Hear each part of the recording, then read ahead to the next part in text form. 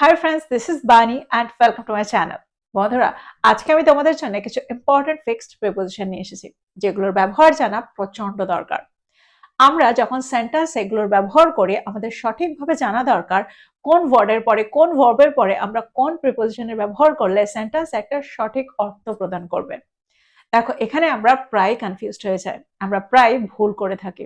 আমরা প্রায় কনফিউজড হয়ে যাই সেন্টেন্সে কোথায় আমাদের ইনভলভড ইন এর ব্যবহার করা উচিত আর কোথায় আমাদের ইনভলভড উইথ এর ব্যবহার করা উচিত।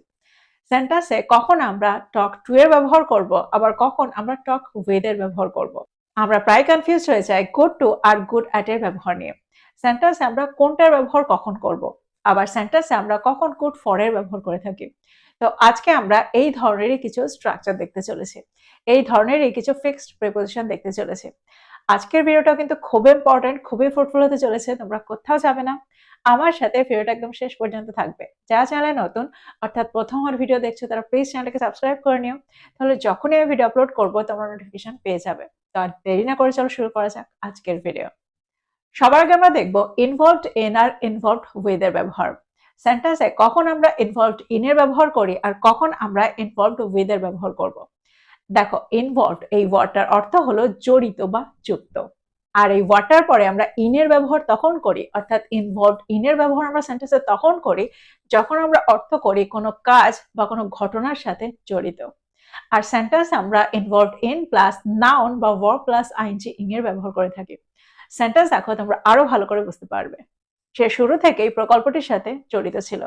She was involved in the project from the beginning. She was involved in the project from the beginning. একটা এক্সাম্পল দেখো, যদি আমি বলি আমি এই ব্যাপারটার সাথে জড়িয়ে পড়তে চাই না, I don't want to get involved in this matter. I don't want to get involved in this matter. দেখো, এখানে আমরা কোনো কিছুর সাথে জড়িয়ে পড়া, কোনো ঘটনার সাথে, কোনো ব্যাপারের সাথে জড়িয়ে পড়ার কথা বলছি। একটা এক্সাম্পল দেখো, যদি আমি বলি সে ইংরেজি পড়ানোর সাথে জড়িত, অর্থাৎ সে ইংরেজি পড়ানোর সাথে যুক্ত, সেন্টেন্সটা কি হবে? He is involved in teaching English. He is involved in teaching English.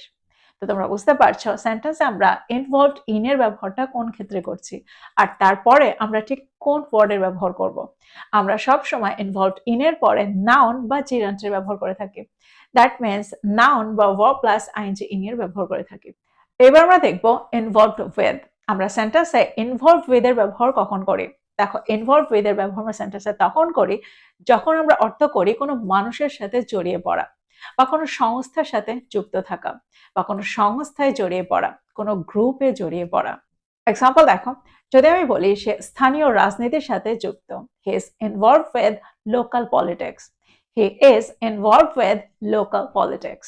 একটা এক্সাম্পল দেখো, যদি আমি বলি সে ভুল লোকগুলোর সঙ্গে জড়িয়ে পড়েছিল, he got involved with the wrong people.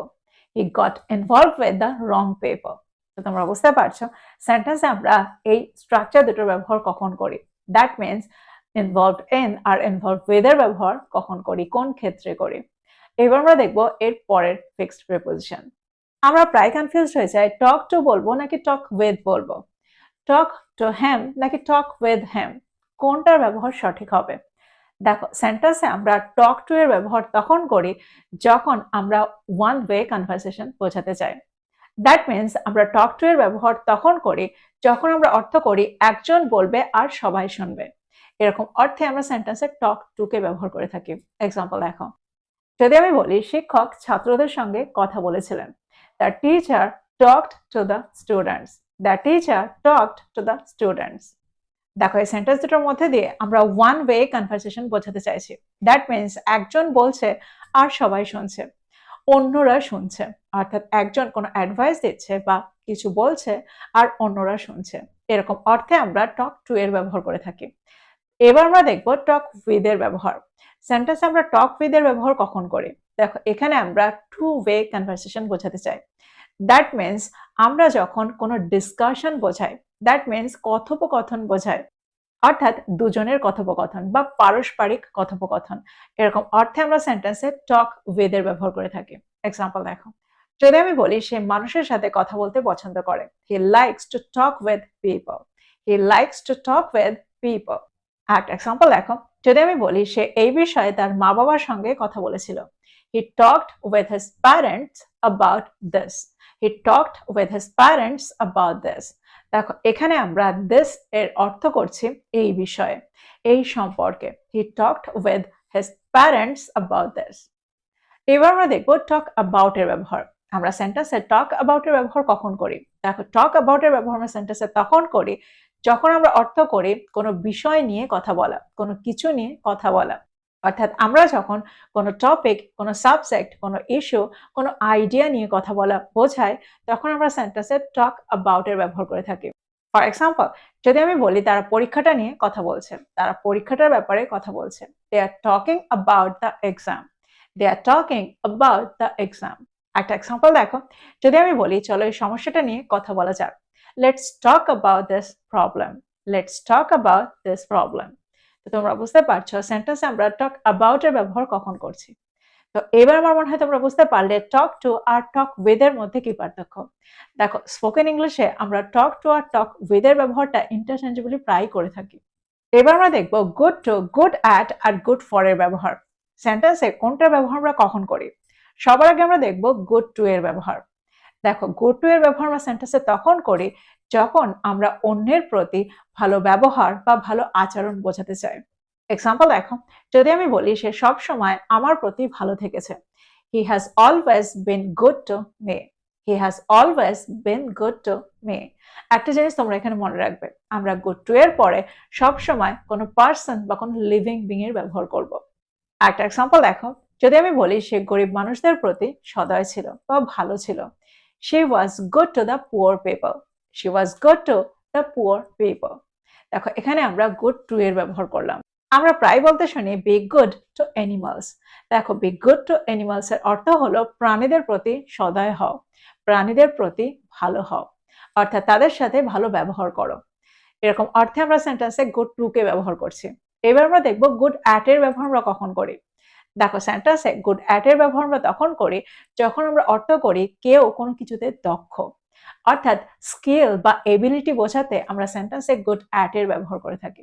R good at এর পরে আমরা হয় নাউন না হলে verb প্লাস ing এর ব্যবহার করে থাকি।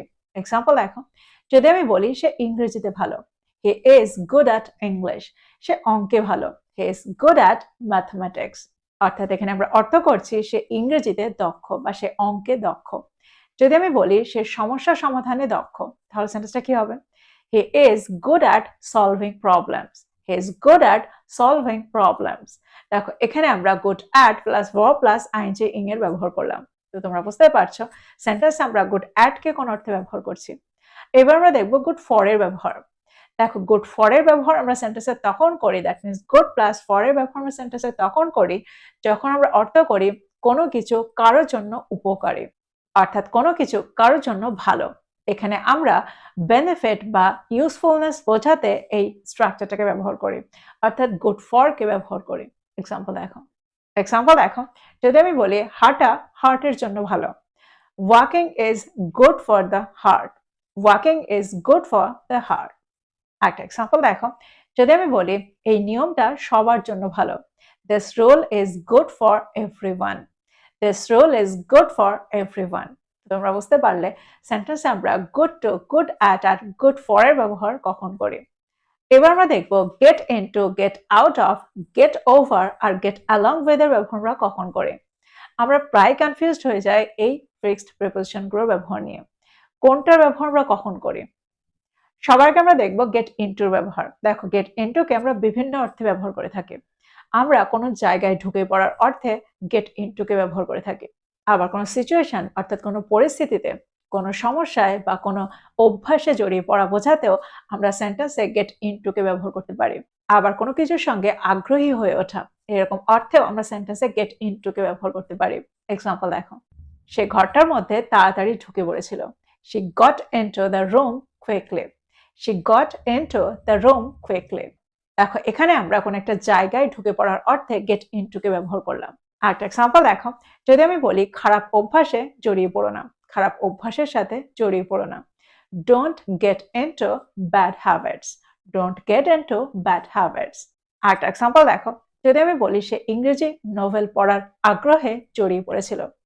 She got into reading English novels. She got into reading English novels. তো তোমরা বুঝতে পারছো সেন্টেন্স আমরা গেট ইনটু কে কোন অর্থে ব্যবহার করছি, কোন কোন অর্থে ব্যবহার করতে পারি। এবার আমরা দেখব গেট আউট অফ এর ব্যবহার। সেন্টেন্স আমরা গেট আউট অফ কে কখন ব্যবহার করি। দেখো গেট আউট অফ এর অর্থ হলো কোথাও থেকে বেরিয়ে যাওয়া, কোনো জায়গা থেকে বেরিয়ে যাওয়া বা কোনো সমস্যা থেকে বেরিয়ে যাওয়া বা এড়িয়ে যাওয়া বা বেরিয়ে আসা, কোনো সমস্যা থেকে মুক্তি পাওয়া, কোনো সমস্যা থেকে বের হয়ে যাওয়া, এরকম অর্থে আমরা সেন্টেন্সে গেট আউট অফ এর ব্যবহার করে থাকি। কোনো রেসপন্সিবিলিটি থেকে এড়িয়ে যাওয়া, কোনো রেসপন্সিবিলিটি বা কোনো ডিউটি এড়িয়ে যাওয়ার অর্থেও আমরা গেট আউট অফ কে ব্যবহার করতে পারি। এক্সাম্পল দেখো, যদি আমি বলি তুমি এই দায়িত্বটা থেকে বেরিয়ে যেতে পারবে না, you can't get out of this responsibility, you can't get out of this responsibility. দেখো আমরা এটাও ভাবতে পারি, অর্থাৎ এটাও অর্থ করতে পারি তুমি এই দায়িত্বটা থেকে মুক্তি পেতে পারবে না, তুমি এই দায়িত্বটা এড়াতে পারবে না, এড়িয়ে যেতে পারবে না।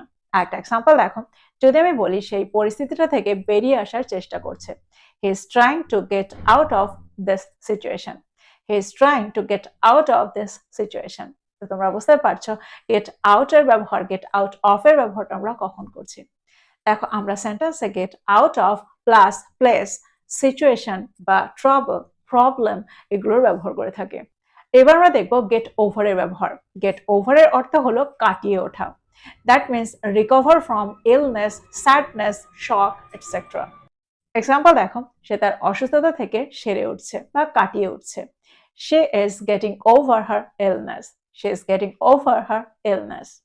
একটা এক্সাম্পল দেখো, যদি আমি বলি ক্ষতিটা কাটিয়ে উঠতে তার কয়েক মাস লেগেছিল, it took him months to get over the loss, it took him months to get over the loss। এবার আমরা দেখবো গেট along with এর ব্যবহার। দেখো সেন্টেন্সে আমরা গেট along with এর ব্যবহার তখন করি যখন আমরা অর্থ করি having a friendly or smooth relationship, অর্থাৎ কারোর সাথে ভালো সম্পর্ক রাখা। যদি আমি বলি সবার সঙ্গে ভালো সম্পর্ক রাখার চেষ্টা করো, try to get along with everyone, try to get along with everyone।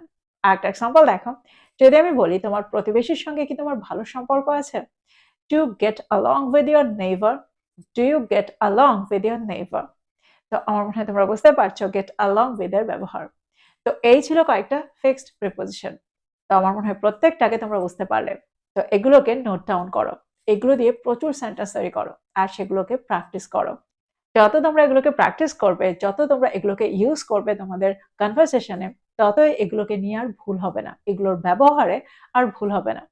তো এই ছিল আজকের ভিডিও, এই ছিল আজকের টপিক। ভিডিওটা ভালো লাগলে লাইক করতে ভুলে যেও না, বন্ধুদেরকে শেয়ার করো যারা ইংরেজি শিখছে। So this is all about today. I will be back with another video. Till then, take care. Thank you for watching this video. Bye bye.